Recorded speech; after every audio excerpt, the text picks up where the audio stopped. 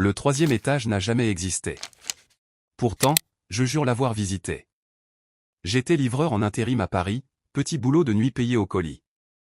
Lundi 13 février 2017, je monte au 4e étage d'un vieil immeuble haussmannien près de République. Pas d'ascenseur. J'ai un colis pour un certain Paul Maréchal. J'appuie sur la sonnette. Rien. J'attends, frappe doucement. Toujours rien. Au moment de repartir, j'entends des pas lourds dans l'escalier.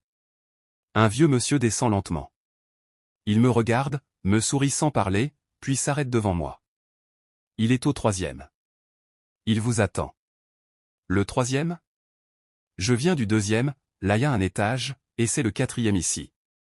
Il lève le doigt, tremblant, et pointe l'escalier derrière moi. Descendez encore. Il est là, le vrai 3e. Je fronce les sourcils. C'est absurde. Mais je redescends. Et je le vois. Une porte, entre deux paliers, à peine visible. Elle n'était pas là à l'aller. Une lumière blafarde filtre dessous. Je descends, hésite et frappe. La porte s'ouvre immédiatement. Un homme en peignoir gris, les cheveux plats, me regarde sans ciller. Colis pour Paul Maréchal? C'est moi. Il me fait signe d'entrer. J'ai besoin d'une pièce d'identité pour signer. Entrez. J'hésite, mais entre. Appart bas de plafond, mur jauni, tapis qui sent l'humidité.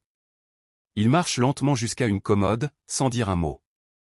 Je note l'absence de fenêtre. C'est bizarre ici. Il me tend sa carte d'identité. Ancienne. Très ancienne. Délivrée en 1993. Je lis, né en 1952.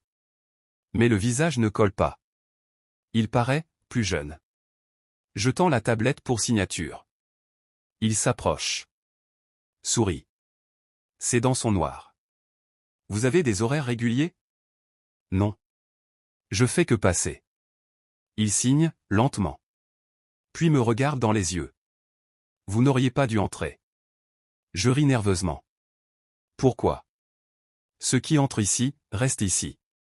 Je recule d'un pas. Bonne soirée. Il ne répond pas. Je me retourne, ouvre la porte. Et derrière, ce n'est plus l'escalier. C'est un couloir. Long, sans fin. Éclairé par une ampoule rouge qui grésille. Je me fige. Me retourne. L'homme a disparu. L'appartement est vide. Je panique, sors, cours dans le couloir. Des portes fermées. Aucune fenêtre. Pas un bruit. Je crie. Rien. J'essaie de faire demi-tour. La porte est introuvable. Je marche pendant ce qui semble 1 heure. Puis 2. J'enregistre une note vocale avec mon téléphone. Je la poste automatiquement à un ami, via l'appli. C'est ma dernière idée. Il faut que quelqu'un sache que je suis là. Je suis entré chez un client. Le 3e étage n'existe pas. Je crois que je suis enfermé. C'est pas une blague. Je suis dans un couloir, sans fin. Dites à quelqu'un de venir. Paul Maréchal. 36 rue du Temple. Aidez-moi. Puis mon téléphone s'éteint. Batterie pleine. Écran noir. Je me réveille allongé au sol. Le couloir a disparu. Autour de moi, de la poussière, des murs dénudés. Un appartement vide. Je sors. Et je suis dans la rue. Il fait jour. Je retourne à l'immeuble. Même adresse. Mais au 3e étage, un logement classique, occupé par une famille. Personne n'a jamais entendu parler d'un Paul Maréchal. Je vais au commissariat. Ils prennent ma déposition, notent l'adresse. Le lendemain, mon ami me contacte. Il a reçu l'audio. Il l'a écouté. Mais il dit qu'à la fin, une autre voix parle, après la mienne. Quoi? Il me fait écouter. Ma voix, affolée. Puis, juste avant la fin. Ce n'est pas le livreur. Silence. Puis une dernière phrase, froide, calme, inhumaine. C'est celui d'avant. Et le fichier s'efface. Tout seul. Impossible à récupérer.